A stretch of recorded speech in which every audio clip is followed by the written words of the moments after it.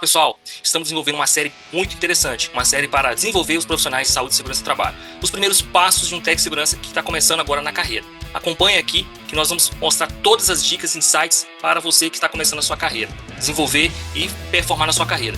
Bem-vindo à jornada técnico de segurança do trabalho. Aqui você começou, está cheio de dúvidas. Você está cheio de dúvidas e nós vamos esclarecer várias dúvidas para você performar na sua carreira. Não se preocupe, vamos resolver tudo isso juntamente com dicas e exercícios especiais para você desenvolver a sua carreira profissional de saúde e segurança do trabalho. Primeira é a inspeção básica do local de trabalho. Primeira coisa que você vai ter que ter uma percepção é fazer a inspeção básica. Como eu vou fazer essa inspeção básica no meu local de trabalho? Primeiramente, vou escolher um setor pequeno para me observar, para você observar de forma específica, essa área específica e fazer sua primeira inspeção calma e atenção aos detalhes. Depois você vai focar nos detalhes. Aí você vai partir para os detalhes, observando cuidadosamente os equipamentos, layout, como os trabalhadores e todo o ambiente de trabalho. E a terceira parte, você vai anotar todas as situações que podem gerar risco nessa sua avaliação dentro do local de trabalho. Então você vai olhar se tem algum ponto de atenção, piso molhado, máquina sem proteção, trabalhadores sem usar o EPI. Então você vai anotar todos esses detalhes. Muito importante para você executar a sua atividade de inspeção. Agora, praticando a inspeção de fato, você vai verificar a sua sinalização, a sinalização que está no ambiente de trabalho ali dentro, placas de sinalização, se não estão visíveis, se estão bem posicionadas. Esse é o primeiro ponto. Depois você vai avaliar os corredores, locais de passagem, se estão livres, desobstruídos de qualquer tipo de materiais que possam fazer com que a pessoa possa cair nesse local. E depois você vai inspecionar os equipamentos. Você vai observar o estado de conservação, se ele está funcionando, se o equipamento está com todas as proteções necessárias, e você vai fazer sua inspeção, você vai inspecionar. E depois você vai observar o uso do EPI, todos os colaboradores daquele ambiente de trabalho a qual você escolheu para fazer sua inspeção. Esses são os detalhes da inspeção. E como você vai registrar quando você identificar o que está errado? Qual é a forma de fazer isso de forma correta? Você vai ter um formulário ali, um formulário específico para você registrar, onde vai ter data, local, você vai ter a descrição do problema, exemplo, cabo elétrico exposto, piso molhado, toda a descrição da situação de risco ali você vai descrever ali no seu formulário, você vai registrar.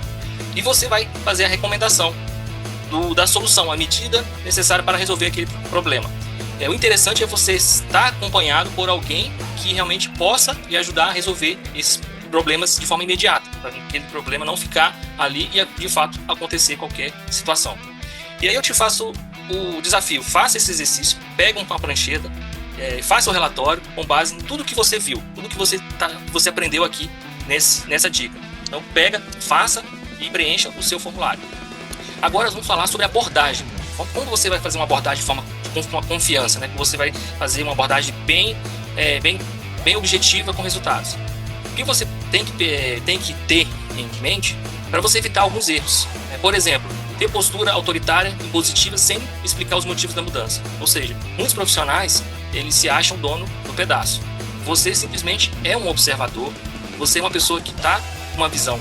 Você estudou, você viu várias matérias e disciplinas voltadas a risco, então você tem uma percepção mais aguçada que muitas pessoas. Então você tem essa visão ampla do todo com relação ao risco. Então evite esse tipo de postura. Você é um colaborador, cooperador. Então não tem essa postura impositiva, autoritária. Seja tranquilo, calmo, humilde, mantenha calma e tenta ganhar a pessoa responsável pelo setor para que aquela pessoa também entre na mesma visão sua que você identificou e aquele risco realmente possa ser um risco para aqueles colaboradores daquela equipe. E como falar? Você tem que usar frases para trazer essa empatia com aquela pessoa responsável pelo setor. Vou dar um exemplo. Vamos ajustar isso para que a sua segurança, vamos ajustar? Isso é uma pergunta para que você traga esse líder juntamente com você. Então você faça com que ele entenda qual é a necessidade e que ele realmente entenda tudo o que está acontecendo. E qual que é a abordagem correta? Apresentar-se como parceiro, como eu falei. Apresentar como parceiro, explicando de forma clara, objetiva e realmente mostrando o que pode acontecer se aquele risco realmente vier a acontecer. E fazer com que essa pessoa possa ter essa percepção. E o final, o resultado.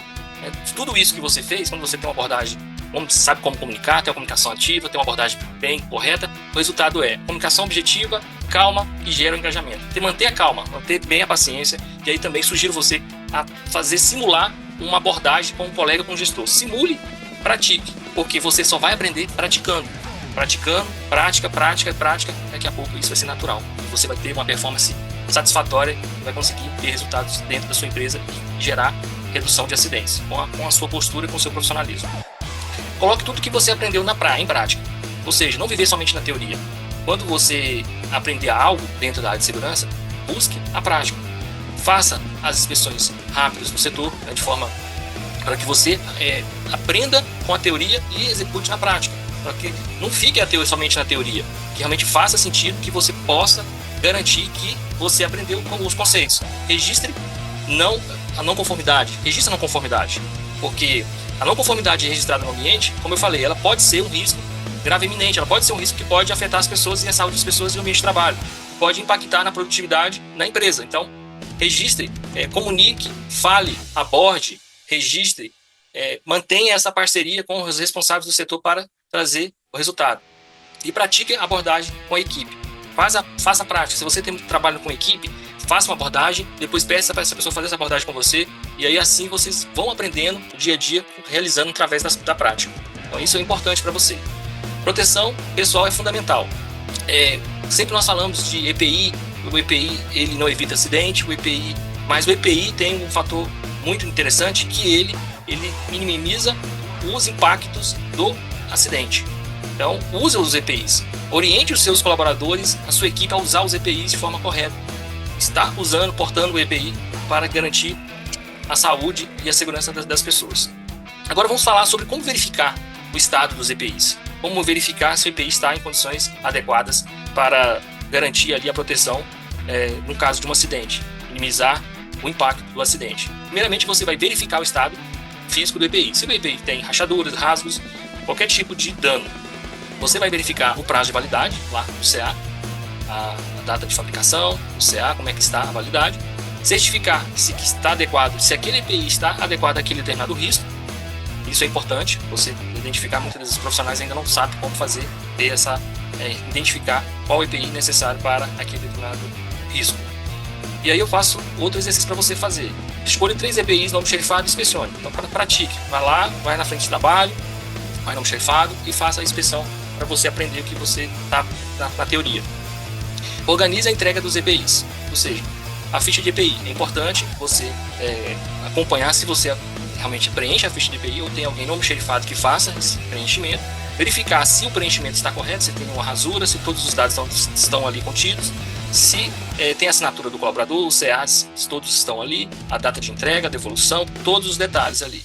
Então é importante você acompanhar esse processo de verificação. Faça um checklist para verificar se a ficha de EPI está ok, se todos os dados estão ok. Isso também é uma prática de um profissional que está começando a trabalhar dentro da área de SST. E como identificar os perigos no local de trabalho? Como é que você faz isso? Você vai observar primeiramente a atividade, vai ali fazer uma identificação de uma atividade específica, de forma bem minuciosa, fica ali um tempo analisando ali aquela atividade, analise máquinas e equipamentos também, avalie as condições de ambiente, calor, ruído, iluminação. Então você tem todo o cenário ali da atividade que você escolheu para avaliar, existe riscos. Então você precisa parar e analisar qualquer tipo de risco que você vai anotar. E você vai ter essa prática de identificar. Isso eu fazia muito em campo quando eu estava começando. Eu fazia uma análise do local e ali buscava todos os possíveis riscos e anotava aqueles riscos. E quais são as medidas de controle para controlar, mitigar aquele risco que eu identifiquei. Então faça esse exercício, que ajuda muito para você que está começando. E alguns riscos no ambiente de trabalho. Vou falar de alguns que são riscos físicos, riscos químicos, riscos biológicos, e aí tem outros riscos. Nós vamos falar somente esses riscos aqui. Ruído em máquinas, equipamentos, né? Quando você está trabalhando, tenha esse risco, você está, claro, identificando ali no processo da identificação, você vai identificar qual que é a fonte geradora e ali, para depois realizar ali as medições quantitativas que vão para o LTCAT e outras documentações necessárias, PGR, entre outros. Então, mantenha esses riscos identificados para que realmente você reconheça esses riscos de trabalho e posteriormente será feitas as avaliações ambientais necessárias. Então, liste os 3 riscos presentes no setor. Faça esse exercício. Busque ali quais são os riscos que você consegue identificar no ambiente de trabalho. E como preencher uma CAT? Nós vamos mostrar aqui de forma bem resumida, mas existe o site do Ministério do Trabalho, onde que você consegue preencher todos os dados. Claro, você tem que ter todos os dados, tem que levantar todos os dados, identificar o tipo de acidente, todas as informações, a ocorrência, descrição, todo o horário, o tipo de agente, todas as informações necessárias para que você preencha ali o formulário ali da CAT dentro do site, para que você possa comunicar ao setor responsável. Então, você tem que preencher, simule o preenchimento. Procure saber quais informações ali tem a CAT, para que você preencha, né, para você simular como seria se caso houver um acidente, você está se antecipando qualquer situação que acontecer de fato e você já sabe como fazer. E você vai reestruturar bem o seu relatório. Você vai usar uma linguagem objetiva, bem clara, incluir fotos e evidências e sugira soluções. É importante você sugerir soluções, não só levantar o problema. Quais soluções você tem, que você recomenda para aquele tipo de situação que você identificou. E use de forma objetiva, clara, a sua linguagem. Isso é importante, para que todas as pessoas possam ter a garantia. E agora, como conduzir um DDS? Como você, ali com a equipe, vai conduzir um DDS de forma efetiva? Primeiramente, vai escolher um tema prático, um tema que esteja relacionado com os riscos daquela equipe que você vai ministrar. Para quê? Para que aquelas pessoas tenham a oportunidade de conhecer quais são os riscos, quais são as medidas de controle, o que ela vai fazer se aquele risco está presente, o que ela tem que fazer para se proteger. Seja breve, 5 a 10 minutos, não seja muito prolixo, seja claro, objetivo, com a linguagem adequada para o seu público ali. Isso é importante, avaliar, ter essa avaliação. Envolva os participantes com exemplos reais. Isso também é importante. Dinâmicas de grupos. Eu vou deixar aqui uma dinâmica muito importante para que você aprimore a sua condução do DDS. Vou deixar aqui para você um exemplo de uma dinâmica de grupo que é efetiva para DDS. E prepare-se para um DDS específico baseado nessas informações. Prepare-se e faça ali o seu DDS e vai se aprimorando cada dia mais. Tudo que você aprendeu aqui nessa aula, nesses conceitos aqui que eu trouxe para você, eu vou continuar de forma prática, diária, trazendo essas informações para que você possa evoluir na sua carreira, onde você aprendeu aqui sobre inspeção, registro, comunicação, EPIs, identificação de risco. Mostre aquilo que você aprendeu. Deixe aqui nos comentários se você gostou, o que você aprendeu e o que você está praticando, vai praticar a partir de hoje. Obrigado, pessoal!